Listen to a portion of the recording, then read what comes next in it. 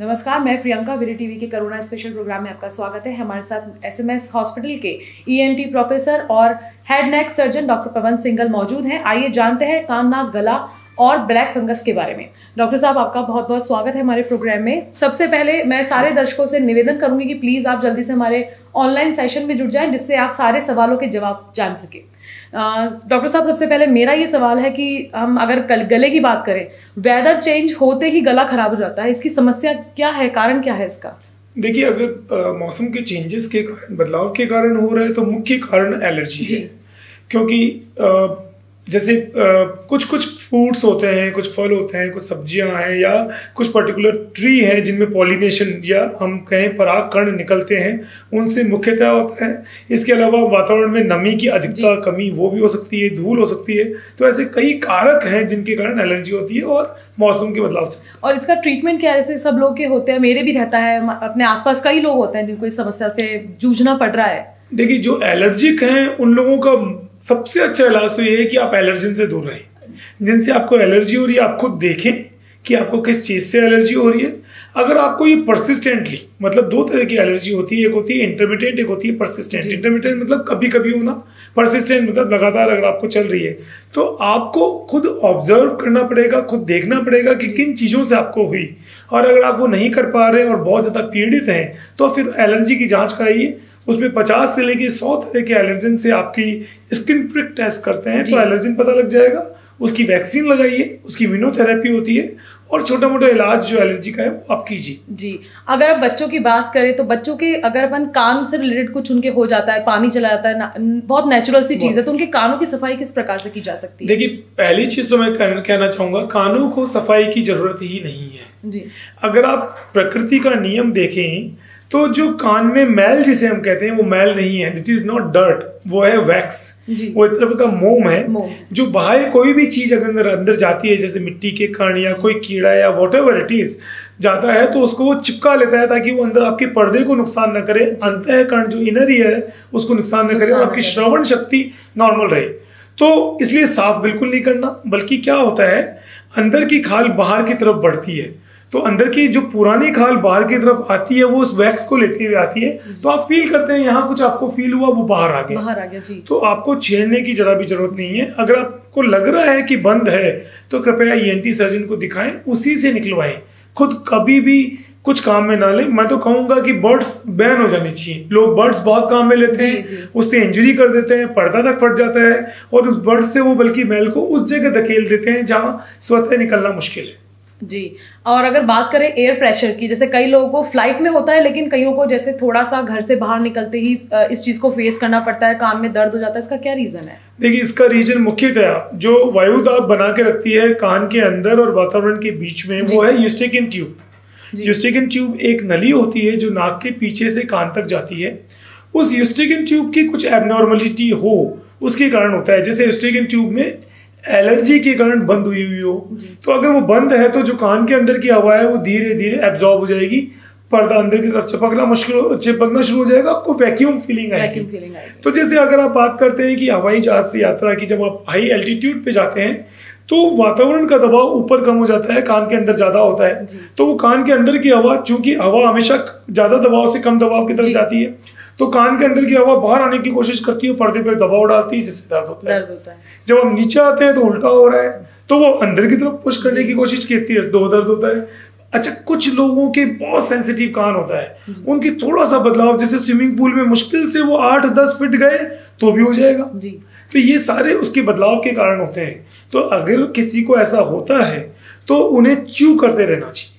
जैसे वो अगर फ्लाइट में टेक ऑफ और लैंडिंग के टाइम में टॉफी या च्युइंगम कुछ लेते रहे या थोड़ा पानी जूस लेते रहे, ताकि यूस्टेकिन ट्यूब खुलती रहे नाक में, उसकी ओपनिंग होती रहे निकलते टाइम, जिससे वातावरण का दबाव उनके साथ सही रहे। और फिर भी नहीं ठीक होता है तो एंटीस्टेमिनिक गोलियां जैसे फिक्सोमेनाडिन, सिट्रीजिन, लिवोसिट्रीजिन और नेजल ड्रॉप ले सकते हैं। अच्छा, लेकिन और सबसे बड़ा क्वेश्चन आया था साइनस का, क्योंकि शायद इंडिया में 90% लोगों के साइनस की समस्या है, तो ये होता क्यों है और इसको फर्स्ट स्टेज में कैसे आइडेंटिफाई करें? देखिए, साइनस भी एक तरह से देखा जाए तो सबसे पहला कारण तो एलर्जी है साइनस के लिए।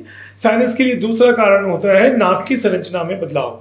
कुछ लोगों की नाक की हड्डी टेढ़ी मेढ़ी होती है, अंदर की गोंदे जिसे हम कहते हैं टर्बिनेट्स, वो फूले हुए होते हैं। कुछ लोगों के साइनस से के आगे जो लिड होते हैं, ढक्कन अनसिनेट प्रोसेस, वो इस तरह से होते हैं कि वो बंद करते हैं बार बार। और कुछ लोग सेंसिटिव भी होते हैं, कुछ सिस्टमिक डिजीज होती हैं जिनके कारण भी साइनस में बदलाव होते हैं, या फिर इन्फेक्शन का होना या इम्यूनिटी का कम होना, जैसे डायबिटिक्स में या सिस्टिक फाइब्रोसिस में, ऐसे लोगों में भी साइनस बार बार होता है।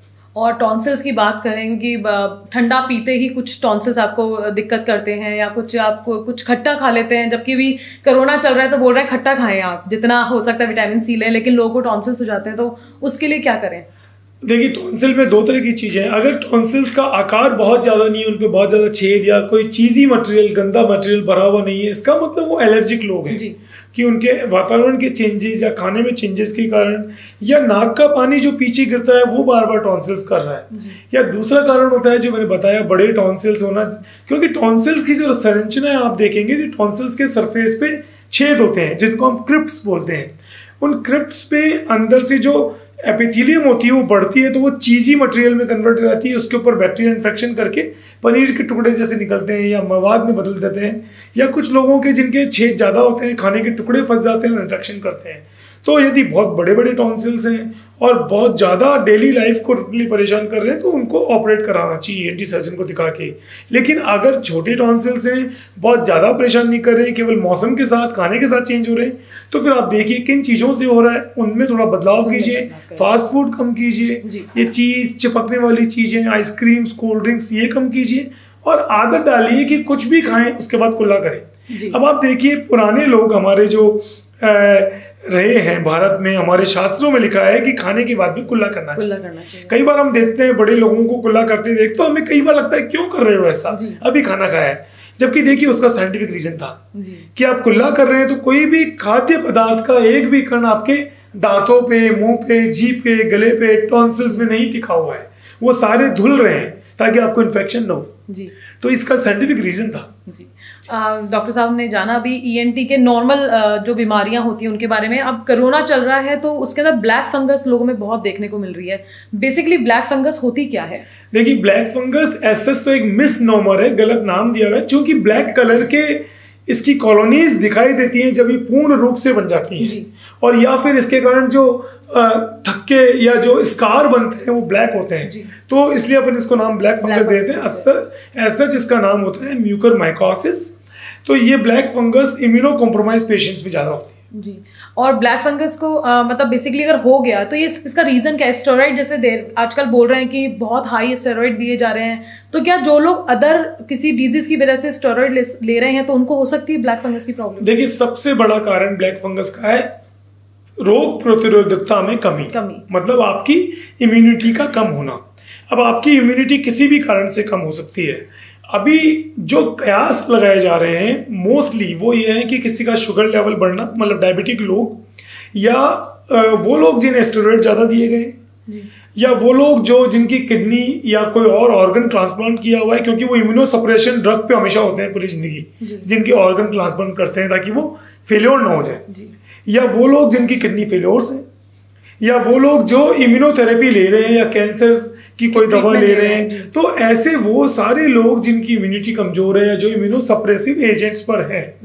But on the other hand हम बात करें, एक तीसरी कैटेगरी के लोग हैं जिनके की मैं कहूंगा जो बात कर रहे हैं अभी की ऑक्सीजन सप्लाई, तो ये कह रहे हैं कि जैसे ऑक्सीजन जिनको दी गई है उनको हो रहा है। बट मैंने ये देखा है मेरे खुद के पेशेंट्स में, मेरे पास डेटाबेस है अभी कम से कम 500 लोगों का। उस डेटाबेस की अगर जो मैं ओपीडी में देखता आ रहा हूँ पिछले साल से, उस डेटाबेस के हिसाब से ऐसे आधे से ज्यादा लोग ऐसे हैं जिनको ऑक्सीजन लगी जी, जिनका शुगर लेवल कभी 250 से ऊपर गया नहीं, जिनको स्टेरॉइड्स 8 या 16 मिलीग्राम पर डे मुश्किल से 5 या 7 दिन दी गई। जबकि आप देखेंगे क्रॉनिक जॉइंट पेन, जोड़ों के दर्द या एस्थमा या इम्यूनोलॉजिकल डिसऑर्डर्स, ऐसे में जिंदगी भर लोग स्टेरॉइड लेते हैं, उनको तो नहीं हुआ, उनको नहीं, उनमें बहुत कम लोगों को होता है, डायबिटिक्स में बहुत कम लोगों को होता है। तो फिर ऐसा क्या है जो अभी हुआ? तो मुझे लगता है कि हमारे India, because it is known as diabetic capital of the world, मतलब पूरे वर्ल्ड की डायबिटिक कैपिटल है इंडिया। तो एक तो तकरीबन आज आकलन यह है कि 20% लोग इंडिया में डायबिटिक हैं। मुझे लगता है उससे कहीं ज्यादा प्री डायबिटिक है। प्री डायबिटिक मतलब जिनकी डायबिटीज को डायग्नोस नहीं किया गया है और वो डायबिटिक है जानते ही नहीं है जी। तो क्या हुआ, कोविड के इलाज के दौरान शुगर स्टेरॉइड दिए गए तो उनके एकदम से शूट अप कर गया और वो अनियंत्रित हो गया, और स्टेरॉइड पहले से तो इम्यूनिटी कम हो गई। ये एक पहलू इसका है। बट दूसरा पहलू है, मुझे लगता है लोगों ने स्टेरॉइड को गलत तरीके से यूज भी लिया है और शुगर भी अनियंत्रित हुई है। उसका कारण हम खुद हैं। आप देखेंगे बहुत सारे लोग ऐसे हैं, वो हमको बताते हैं साहब हमारे अटेंडेंट, हमारे परिवार में कोई है, उन्होंने ये ट्रीटमेंट लिया था, मैंने भी ये ट्रीटमेंट ले लिया, फिर भी अभी ठीक नहीं हुआ। अब मैं उनका ट्रीटमेंट देखता हूँ, उसमें स्टेरॉइड लिखे हुए। वो कोरोना के पहले दिन से, कोविड डिजीज के पहले दिन से स्टेरॉइड खा रहे हैं, जो कि गलत है। तो इस तरह से अच्छा, कई बार हमारे नीम हकीम, खतरे जान बहुत लोग हैं जो बीमारी होती है उसमें स्टेरॉइड देते हैं। तो गाँव में बहुत दुर्दशा हुई है, लोगों ने गलत तरीके से काम में लिया है, पर प्रशिक्षित डॉक्टरों ने स्टेरॉइड कम काम में लिए। तीसरा लॉजिक जो मुझे लगता है सबसे इंपॉर्टेंट है, वो ये कोविड इटसेल्फ, ये जो नया स्ट्रेन है, मुझे लग रहा है ये शुगर कर रहा है, बढ़ा रहा है, और मुझे लग रहा है ये इम्यूनिटी को बहुत कम कर रहा है, जिसके कारण ब्लैक फंगस हुआ है। क्योंकि पिछले साल तो नहीं हुआ इतना, पिछले साल भी स्टेरॉइड काम में आए, पिछले साल भी डायबिटिक्स थे। तो ये कुछ देखना चाहिए, मैंने जेनेटिक मैपिंग करानी पड़ेगी, जेनेटिक सिक्वेंसिंग करानी पड़ेगी कि ये नया कोविड वायरस ऐसा है।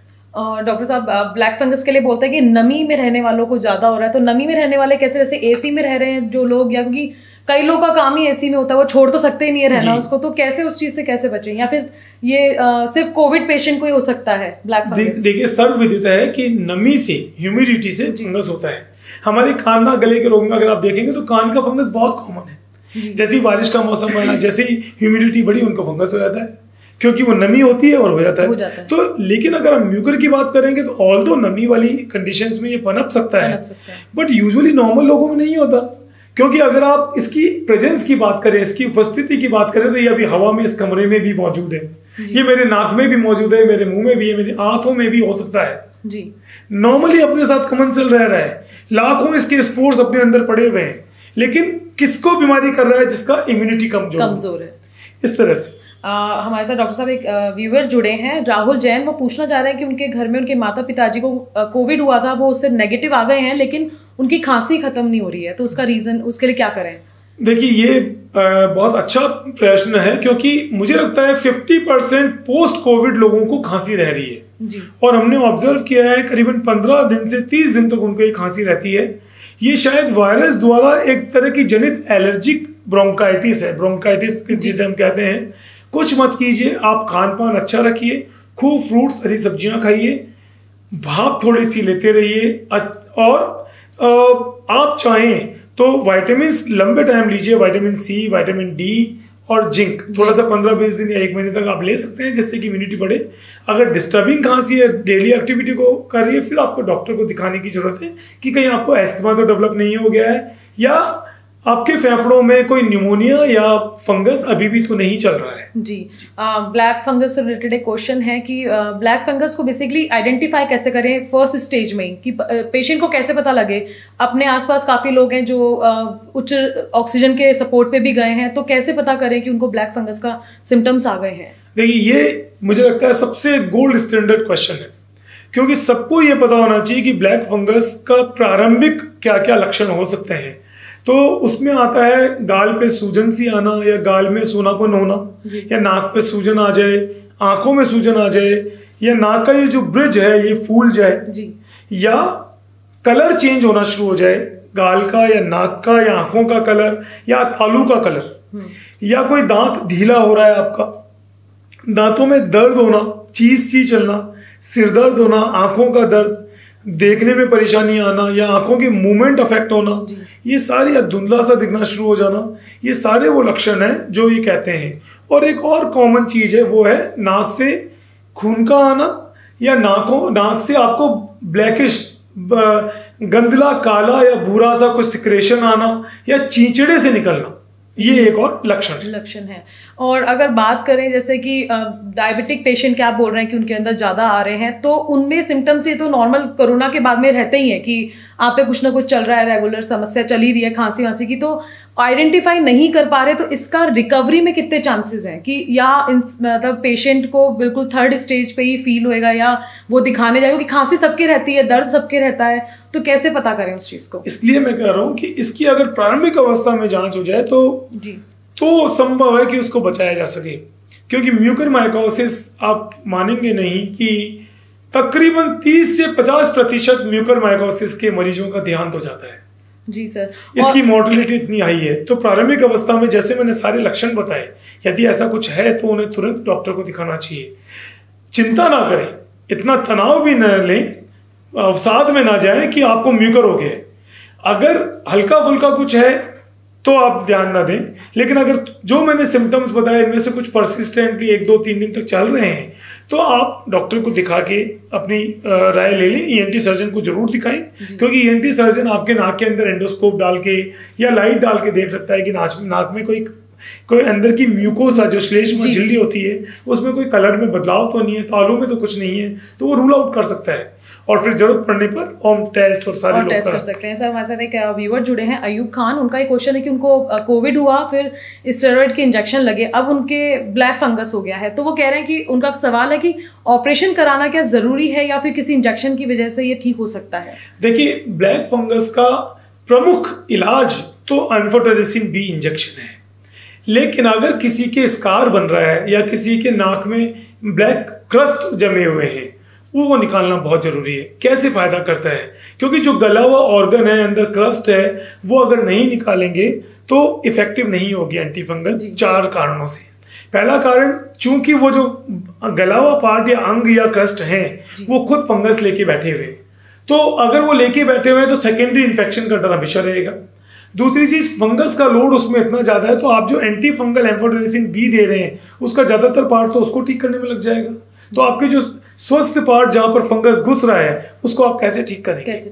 तीसरा, जब आप इसको निकाल देते हैं अवसाद, इसको रोगग्रस्त पार्ट को, जैसे चाहे से गले की हड्डी या जोबड़ी की हड्डी या यहाँ की गाल की हड्डी या आंख जो भी इन्वॉल्व है, नहीं निकाल पाते तो दिक्कत का काम है, निकाल देते हैं तो आपको वो एरिया मिल जाता है वॉश करने के लिए जी। और आप लगातार उसके पीछे होने वाली एक्टिविटी को देख पाएंगे, देख सकते हैं। वरना तो आपको एमआरआई बार बार करा रहे हैं आप, इतना महंगा इन्वेस्टिगेशन है। और चौथी जो चीज है, ड्रग डिलीवरी सिस्टम, कि आप वॉश कर सकते हैं बार बार ड्रग के आप पैक कर सकते हैं अंदर के अंदर। और पांचवा मुझे लगता है कि अगर आप उसको नहीं हटाएंगे तो जो डिजीज प्रोग्रेस कर रही है वो कभी भी आंख में घुस सकती है और वो कभी भी दिमाग में घुस सकती है। एक बार अगर वो दिमाग में घुस गई तो मरीज को बचाया जाना बहुत मुश्किल है। और अगर बात करें एज फैक्टर की, तो ब्लैक फंगस एज फैक्टर पे डिपेंडिंग है कि भाई 60 से ऊपर वालों को ज्यादा हुआ है, 45 से ऊपर वालों को, किसी को भी हो सकता है। वही सीधा है कि जिसकी रोग प्रतिरोधकता कम होगी तो एज के साथ भी इम्यूनिटी कम होती है, तो ज्यादा एज वालों को ऑब्वियसली ज्यादा होता है जी। और इसकी रिकवरी में कितना समय लग सकता है? जैसे चलिए खाली आंख में स्वेलिंग आई है, अगर बात करें, जैसे इन्हीं हमारे व्यूअर का क्वेश्चन है कि उनके पेरेंट्स को आंख में ही स्वेलिंग है, तो इनकी रिकवरी के कितने चांसेस हैं? ऑपरेशन नहीं करवाने के लिए बोला है डॉक्टर ने, तो क्या कर सकते हैं? देखिए, आंख में स्वेलिंग केवल है, इसका मतलब वहाँ केवल इन्फ्लेमेशन है। अगर डॉक्टर ने ऑपरेशन के लिए मना किया है तो इसका मतलब सोच समझ के उन्होंने कहा होगा कि डिजीज ज्यादा नहीं है। अगर आंख में थोड़ी सी स्वेलिंग है, फंगस अंदर नहीं पड़ा हुआ है, क्रस्ट नहीं है, अंग गल नहीं गए हैं, तो उनको कम से कम 3 सप्ताह तो फिर भी एम्फोटेरिसिन, अगर डायग्नोसिस पक्का है, बायोप्सी या KOH द्वारा या MRI विद गैडोलिनियम एनहांसमेंट जो कहते हैं उसके द्वारा या एंडोस्कोपी द्वारा नाक की आपने कंफर्म कर लिया, इन 3 में से 2 होना जरूरी है, तब हम मानते हैं कि म्यूकर है, वो होना जरूरी है। उससे अगर आपने पुष्टि कर ली है कि म्यूकर ही है तो कम से कम 3 सप्ताह आप एम्फोटेरिसिन बी इंजेक्शंस दें।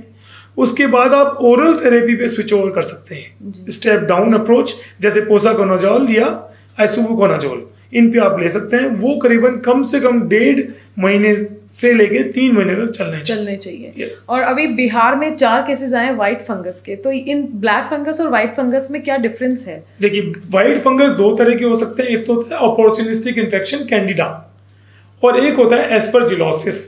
व्हाइट फंगस उतना खतरनाक नहीं होता, कुछ कुछ लोगों में नाक में इन्वेजिव वाइट फंगस हो सकता है, बट यूजुअली वाइट फंगस उतना खतरनाक नहीं होता, ये नमी से होता है, अपॉर्चुनिस्टिक है। आपने छेड़ा कान को, कुछ नमी हुई या चोट लग गई, वाइट फंगस लग गया।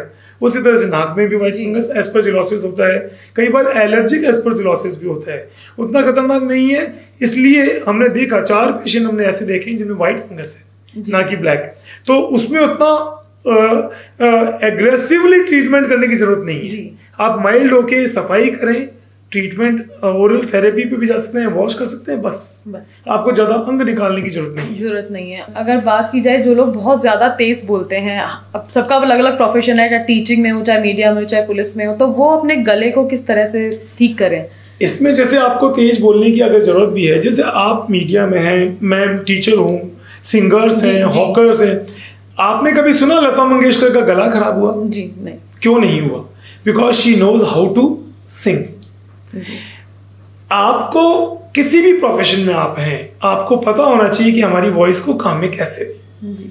तो एक तो लय को बिल्कुल सही रखें, लय को उतार चढ़ाव ज्यादा मत दीजिए और तेजी से मत चिल्लाइए। अगर आपको तेज बोलना भी है तो आप धीरे धीरे अपनी वॉइस को बढ़ाइए। तो आरोह अवरोह जो होता है, असेंडिंग डिसेंडिंग, वो एकदम एक सेम फ्रिक्वेंसी से बढ़ाइए और कम कीजिए, तो आप ठीक रहेंगे। और अगर आपका बोलने का काम है तो हाइड्रेशन बहुत इंपॉर्टेंट चीज है। खूब पानी पिए, बार बार पानी पिए, तो आपका गला सही रहेगा। तीसरी चीज, अगर आप किसी भी बोलने वाले व्यवसाय से संबंधित है, जैसे हमने कई नाम लिए, तो आपको बहुत ज्यादा खट्टी मसाले की चीजें थोड़ी अवॉइड करनी चाहिए, बहुत ठंडी चीजें थोड़ी अवॉइड करनी चाहिए, मुझे लगता है इस तरह की चीजें। और थोड़ा सा फास्ट फूड, ये सब चीजें, तली फुली चीजें, क्योंकि आपका गला जो है उसकी एक हाइजीन होती है। जैसे आपकी नेल हाइजीन है, ओरल हाइजीन है, उसी तरह थ्रोट हाइजीन है, ये सारी। फिर आप प्रैक्टिस कर सकते हैं, ओम का उच्चारण कीजिए आप धीरे धीरे, ओम का उच्चारण करते करते अपनी आवाज को बढ़ाइए, फिर धीरे धीरे कम कीजिए। इससे आपके वोकल कॉर्ड्स को चेंज ऑफ एम्पलीट्यूड की आदत पड़ेगी जी, फिर कुछ नहीं होगा जी। एक हमारे साथ एक व्यूअर जुड़े हैं, वो ये पूछना चाह रहे हैं डॉक्टर साहब कि जिनको इंजेक्शन अवेलेबल नहीं हो रहा है, कि अभी आए नहीं है मार्केट में, तो उनके लिए तब तक वो क्या ट्रीटमेंट करें? देखिए, एम्फोटेरेसिन बी नो डाउट उसकी किल्लत है, क्योंकि पहले कभी भी हमारे भारत में इतना ज्यादा म्यूकरमाइकोसिस नहीं होता था कि एम्फोटेरेसिन बी बहुत ज्यादा मात्रा में अवेलेबल हो पूरे इंडिया में। तो चूंकि एकदम से इमरजेंसी, क्योंकि एपिडेमिक का नाम इसको भी दे दिया गया है, राजस्थान सरकार ने तो एपिडेमिक घोषित कर दिया है, तो एकदम से किल्लत आ गई। थोड़ी बहुत मुझे लगता है कोई जमाखोरी भी हुई हो, वो सरकार का निर्णय है, जानना है। बट अगर मान लो नहीं मिल पा रहा है, तो एक चीज तो ये करें कि आप जल लेथी करें। आप अपने नाक को सलाइन से या फिर एल्कलाइन नेजल वॉश से साफ करें, जरूर साफ करते रहें, ताकि फंगस के कण जो होते हैं, स्पोर्स होते हैं, वो आपके यहाँ पर बैठे नहीं और ठीक रहे। दूसरी चीज, अगर वो ऑप्शन में नहीं है तो एक तो स्टेरॉइड ना लें, अपने शुगर को कम रखें, थोड़ा बहुत व्यायाम करें, साफ सफाई रखें और रेगुलर डॉक्टर को दिखाएं, एंडोस्कोपी कराते रहें। और अगर म्यूकर हो गया है और दवा फिर भी अवेलेबल नहीं है, तो जो सर्जरी हो सकती है उसकी सर्जरी करवाएं। सर्जरी कराने के बावजूद भी अगर अवेलेबल नहीं है और सर्जरी नहीं भी हो सकती है, तो कम से कम एंटीबायोटिक कवरेज दें। और दूसरे तरह के एंटीफंगल जैसे कि पोसाकोनाजोल, आइसोबुकोनाजोल, ये लें। ये भी अवेलेबल नहीं है तो कैप्सोफंगिन वगैरह थोड़ा बहुत जो माइल्ड भी इफेक्ट डालते हैं वो काम में लें। बट मुझे लगता है नेजल वॉश जरूर करें, वो सबसे इम्पोर्टेंट है। सबसे इम्पोर्टेंट है। अब बात करें जैसे कि कुछ लोगों के कोविड से निकल गए, खांसी भी हो गई, लेकिन कुछ लोग ऐसे हैं जिनके कोविड नहीं हुआ लेकिन उनके हमेशा खांसी रहती है, खांसते रहेंगे, सब तरह के टेस्ट हो गए लेकिन देयर इज नो रिजल्ट और there is no infection in the reports, तो उनके लिए क्या करना चाहिए उनको? वो वही पेशेंट है जिनमें दो तरह की चीजें हैं, तो एलर्जी, ब्रोंकियल सेंसिटिविटी। कई लोगों की ट्रेकियोब्रोंकियल हाइपर सेंसिटिविटी होती है, उन लोगों का ये धीरे धीरे कम होता है। एंटीस्टेमिनिक दवाएं वाले जो एलेग्रा वगैरह आती है, मतलब लिवोसिट्रीजिन, फिक्सोफेनेडिन वगैरह आती है, साथ में एम्ब्रोक्सोल कफ निकालने वाली दवा ले सकते हैं। और मुझे लगता है एक कारण और होता है एसिडिटी। ये मैंने देखा है, हमने बहुत ऑब्जर्व किया है, कई सालों से मैंने देखा है जिनको LPR है, लैरिंगोफेरेंजियल रिफ्लक्स, एक बीमारी है जिसमें कि एसिड पेट से खाने की नली में रिफ्लक्स बार बार ऊपर आता है।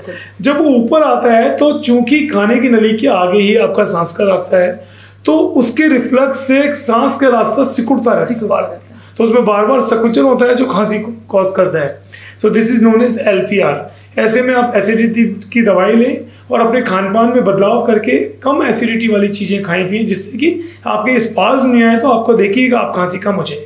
और सर थोड़ा सा कोरोना से एक अलग क्वेश्चन है कि बच्चे भी आजकल खराटे बहुत लेते हैं सोते हुए, तो वो उनके गले के लिए बहुत खराब होता है और ना तो उनके जुकाम है लेकिन वो फिर भी खराटे ले रहे हैं, नाक से सांस नहीं लेते, आप चाहे उनके तकिया लगा देते, तो उसका क्या रीजन है? देखिए, बच्चों में खराटे का मुख्य रीजन है एडिनोइड्स का होना।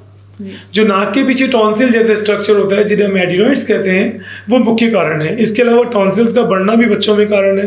बच्चों में भी मोटापे के कारण भी खराटे आते हैं, या नाक की हड्डी का टेढ़ा होना, या नाक के अंदर का मांस टर्बिनेट हाइपरट्रॉफी वो होना। तो ऐसे कई कारण होते हैं जिससे कि ऐसा होता है। तो अगर बच्चे खराटे लेते हैं, मुंह खोल के सोते हैं, उनका सलाइवा बाहर गिरता है, तो जरूर ईएनटी सर्जन को दिखाएं, क्योंकि ये एडिनोइड और टॉन्सिल के कारण हो सकते हैं। क्योंकि अगर खराटे ले रहे हैं इसका मतलब उनकी नींद प्रॉपर नहीं है, इसका मतलब उनका ऑक्सीजन सैचुरेशन प्रॉपर नहीं चल रहा है रात भर। तो आपको दिखाना जरूरी है, ताकि अगर जरूरत हो तो ऑपरेशन किया जाए, जिससे कि उनके साइको सोशल, एजुकेशनल, इंटेलेक्चुअल हर चीज पर प्रभाव ना पड़े। बच्चों के एजुकेशनल भी प्रभाव पड़ता है, सोशल प्रभाव पड़ता है, शारीरिक स्वास्थ्य में प्रभाव पड़ता है अगर वो खराटे लेते हैं, टॉन्सिल एडिनोइड बड़े होते हैं। और जिन लोगों की कोरोना में स्मेल चले गया, टेस्ट चला गया, स्मेल की अगर हम बात करें तो कईयों के काफी एक डेढ़ महीने में नहीं आता, और आता है तो खाली उनको परफ्यूम की खुशबू तो आ रही है लेकिन किचन के किसी चीजों की खुशबू नहीं आ रही, तो उसका क्या रीजन होता है? देखिए, कोरोना नो डाउट, कोरोना के कारण ऐसे लक्षण बहुत रहे। मैं खुद कोरोना से ग्रस्त हुआ था दिसंबर में। मेरा पहला सिम्टम ये था कि मेरी खुशबू बदबू चली गई थी, बट यूजुअली लोगों के 7 से 10 दिन के अंदर आती है। परंतु ऐसे लोग जिनका कोविड चले गया, नेगेटिव भी हो गया, फिर भी 1-2 महीने तक रह रहे हैं, तो मैं उनको सलाह दूंगा एक तो नेजल वॉश शुरू करें, जल नीति, और एक बी कॉम्प्लेक्सेस खाते रहे लगातार अच्छे से, और एक एंटीस्टेमिक गोली कोई लिवोसिट्रीजिन वगैरह खाएं। और फिर भी अगर नहीं ठीक हो रहा है तो फिर जरूर डॉक्टर के चिकित्सक की सलाह लें। और जो लोग हर जुकाम होने पे अपनी एंटी एलर्जिक्स सिट्राजिन या एविल खा लेते हैं, वो कितनी घातक हो सकती है? ये मुझे लगता है गलत है। अगर आपको डॉक्टर ने सलाह दी है शॉर्ट टाइम के लिए, जैसे मैं भी अपने पेशेंट्स को बोलता हूँ कि ये आप को दवाई दे रहा हूँ, इससे ठीक हो जाओगे, परंतु जब खांसी या आपको जुकाम होती है, कोशिश किया कीजिए 3-5 दिन ये लेके देख लीजिए, नहीं ठीक होती है तो डॉक्टर को दिखाइए। अगर वो लगातार स्वतः इसका कंजम्पशन कर रहे हैं तो गलत है, क्योंकि कोई भी गोली जो मुंह से ली जा रही है, चाहे सिंपल सी पैरासिटामोल हो, चाहे खांसी जुकाम की हो, वो नुकसान कर सकती है जी। और अगर जैसे स्टीम लिए सब लोगों ने कोरोना के अंदर, तो बच्चों को स्टीम देना सही है? क्योंकि कई लोग दे रहे हैं हमारे आसपास। देखिए, बहुत छोटे बच्चों को स्टीम नहीं देनी चाहिए जी। और बच्चों को अगर आप स्टीम दे रहे हो तो अपनी प्रेजेंस में दिला दीजिए, क्योंकि स्टीम का टेम्परेचर बॉइलिंग वाटर के टेम्परेचर से भी ज्यादा होता है। तो अगर बच्चे बहुत पास से ले लेंगे एकदम से जल जाएंगे, एकदम से कांटेक्ट नहीं होने के बावजूद जल जाएंगे, क्योंकि स्टीम का टेम्परेचर बहुत ज्यादा होता है। तो अपनी देख रेख में, गाइडेंस में ही स्टीम दिलवाएं। बहुत पास लाने की जरूरत नहीं है, दूर रखें, कम से कम 25 सेंटीमीटर स्टीम दूर रख के स्टीम ले लीजिए। बच्चों को 25 सेंटीमीटर दूरी पे रखें, सब कोई कम से कम 25 सेंटीमीटर दूर रखें, ताकि वो स्टीम जो ऊपर आएगी तो उसका तापमान कम हो चुका होगा, एकदम ज्यादा तापमान की आपके जला सकते हैं। और जो लोग स्टीम ले रहे हैं उसके अंदर कुछ लोग अजवाइन डाल रहे हैं, कुछ कपूर डाल रहे हैं, ये होम रेमेडीज किस हद तक घातक हो सकती है? देखो, अजवाइन का तो मुझे पता नहीं है, हो सकता है आयुर्वेद वाले आपको बताएं। मुझे लगता है कपूर घातक है, क्योंकि कपूर बहुत पंजेंट स्मेल वाला होता है। तो अगर ऐसी चीज डाल के आप स्टीम लेंगे तो हो सकता है आपकी सूंघने की क्षमता खत्म हो जाए। तो मुझे लगता है ऐसी किसी चीज को मत डालिए, क्योंकि आपको कंजेशन कम करना है, सूजन कम करनी है अंदर, तो दवा कहां से काम करेगी? आपको सूजन कम करने के लिए केवल स्टीम काफी है, या जल नीति करें, नाक वाश करें, बस। डॉक्टर साहब ने हमें जो भी जानकारी दी, और दर्शक जुड़ना चाहते हैं तो आप जल्दी जुड़ सकते हैं, क्योंकि अभी समय हमारा खत्म हो जाएगा थोड़ी देर के अंदर। और एक मेरा पर्सनल क्वेश्चन है कि मैं गागल करती हूँ डेली, जो बहुत लोग करते हैं, लेकिन उसके बाद भी गला खराब रहता है, तो उसके लिए एलर्जी की दवाई लेनी जरूरी है, या फिर कम बोलने की, स्पीड थोड़ी कम करने की इसकी जरूरत है? जैसे अगर आपको मौसमी चेंजेस के कारण हो रहा है तो एलर्जिक हो गया, लेकिन आपको लगातार ही रह रहा है तो हो सकता है आपका हाइपर सेंसिटिव गला है। तो एक तो जैसे मैंने कहा, खान पान की चीजों में थोड़ा सा बदलाव कीजिए, ठंडा कुछ भी मत लीजिए, और विराम दीजिए। जैसे आपको लगातार बोलना है, थोड़ा विराम दे के बोले, बीच बीच में आप पानी रखें, आपके शो में भी आप पानी रखें, आराम से बीच में पिए, इसमें कोई इश्यू की बात नहीं है, क्योंकि आपको उसमें विराम चाहिए वोकल कॉर्ड्स को। तो गले को इस तरह से ध्यान रखें, वही throat hygiene, oral hygiene, vocal hygiene, इस तरह से खाने में, इनमें सब ध्यान दें। फिर भी अगर ठीक नहीं होता है तो आप ENT सर्जन को मुझे कभी भी दिखा सकते हैं। सर एक क्वेश्चन और है व्यूअर का कि उनका गला हर वक्त सूखा रहता है, वो बार बार पानी पीते हैं, फिर वो सूख जाता है, फिर वो पानी पीते हैं, उनको बोलने में भी तकलीफ होती है, सलाइवा बहुत बनता है, तो उसका रीजन क्या है? तो उन्हें ENT सर्जन को दिखाना चाहिए। क्यों? क्योंकि हो सकता है आपका नाक बंद है, तो नाक बंद होगा तो आप गले से ही सांस ले रहे हैं, गले से ही बात कर रहे हैं, तो चूंकि गले से सांस ले रहे हैं तो ड्राई एयर अंदर जाके आपके गले को सूखा कर रही है। जबकि नाक के अंदर ह्यूमिडिफायर है, नाक के अंदर की जो श्लेष्मा झिल्ली है वो सिक्रेशंस देती है। 400 से 500 ml श्लेष्मा जो द्रव्य है वो रोज बनता है, तो वो ह्यूमिडिफाइड एयर को अपने फेफड़ों में और गले में भेजता है। लेकिन अगर नाक बंद है तो वो ड्राई एयर सीधे आपके टकरा के उसको सूखा कर रही है, तो आपका गला बार बार सूखता है। दूसरी चीज, अगर किसी तरह का कोई संक्रमण अगर है तो वो भी ENT सर्जन को दिखाना चाहिए, और थोड़ा पानी बार बार पिए, हाइड्रेशन का ध्यान रखें, अनुलोम विलोम करें, ओम का उच्चारण करें, इनसे बहुत फायदा मिलता है। जी डॉक्टर साहब, आपका बहुत बहुत धन्यवाद कि आपने हमारे व्यूवर्स के लिए हमें इतना महत्वपूर्ण समय दिया, इतनी अच्छी जानकारी दी। और हम अगले एपिसोड में वापस मिलते हैं एक और स्पेशलिस्ट के साथ। धन्यवाद।